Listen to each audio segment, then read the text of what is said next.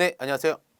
네, 신동 왔습니다. 자, 이제 지난 시간에 이어가지고 이제 두 번째 과목 보도록 하겠습니다. 근데 8번부터 볼 텐데요. 8번 보고 16번 가겠습니다. 자, 8번 보시면은 이제 그때 제가 요거 문제 풀 때 이제 라번이라고 했죠. 근데 보면은 이제 정답은 이제 모두 정답 처리가 됐습니다. 한번 다시 볼게요.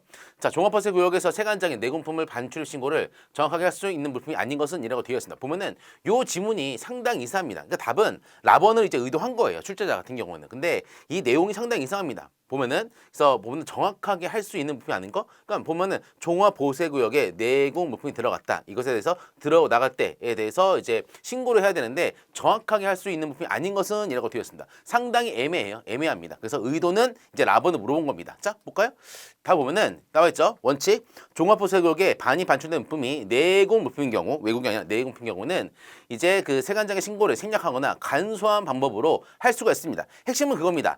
종합 보세 구역에 내공 물품이 들어가는 경우에는 신고를 생략 또는 간소하게 한다. 생간이에요.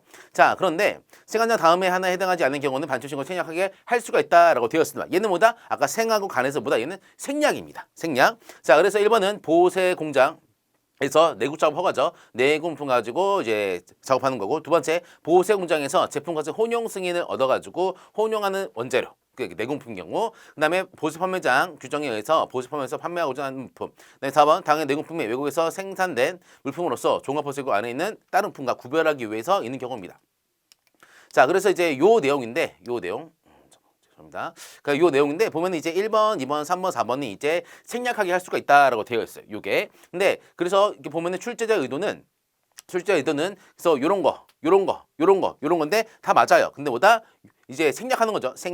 생략입니다. 하지만 얘 같은 경우는 아까 생략 대상에 있지가 않아요.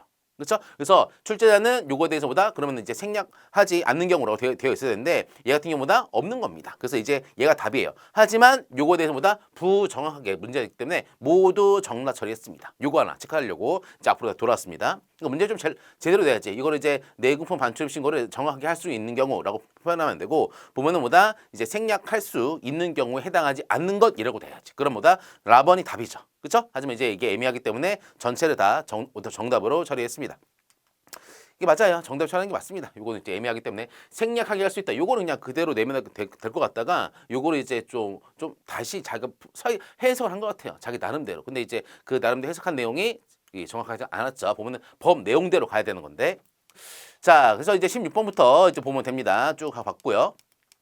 자, 16번 보시면은 특허 보세고요. 물품 반입정지 사유가 아닌 것은 이라고 나왔습니다. 참 이런 것들은 문제가 계속 나옵니다. 계속 나와요. 그래서 특허 보세고 같은 경우는 이제 반입정지가 있고 특허 취소도 있고 경고 처분도 있습니다. 자, 보면은 운영인 구분을 잘해야 돼요. 그 세 가지에 대해서. 자, 운영인은 관리소홀로 해당 보세구에서 밀수행위가 발생한 때, 그다음에 밀수 중요하고 운영인 또는 그 종업원이 밀수를 인지하고도 세관장에게 보고하지 않았습니다. 보고하지 않았고 밀수를 인지하고도 핵심입니다. 다만 운영인이 특허보세구역은 을 운영하지 아니하거나 을이죠. 을 운영하지 아니하거나 30일 이상 계속하여 이제 쉽니다. 그런 경우에 통보하지 않는 경우로 되어 있어요.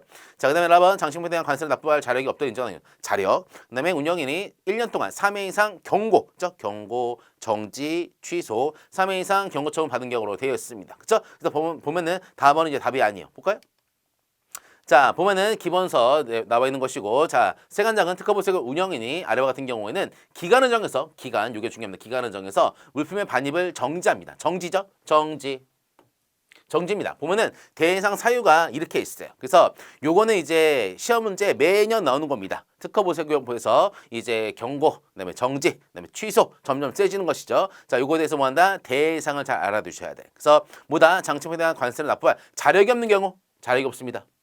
운영할 수가 없죠. 그러면 자, 두 번째 명령을 위반한 경우 명령 위반했습니다. 위반. 자, 됐고 그다음에 경고 처분 받은 경우 제외된다. 자, 3번 해당 시설 미비 등으로서 설치 목적에 달성을 곤란하다고 인정하는 경우로 되어 있습니다. 보다 시설 미비. 4번 운영인 등등등 밀수를 인지하고도 세관장한테 보고를 하지 않았죠. 자, 5번째 세관장이 시설급의 명령을 미이행하거나 보관 화물에 대한 중대한 관리소로서 보호세함으로보다 도난 분실이 발생한 때라고 되어 있습니다. 보다 도난 분실이 발생한 때.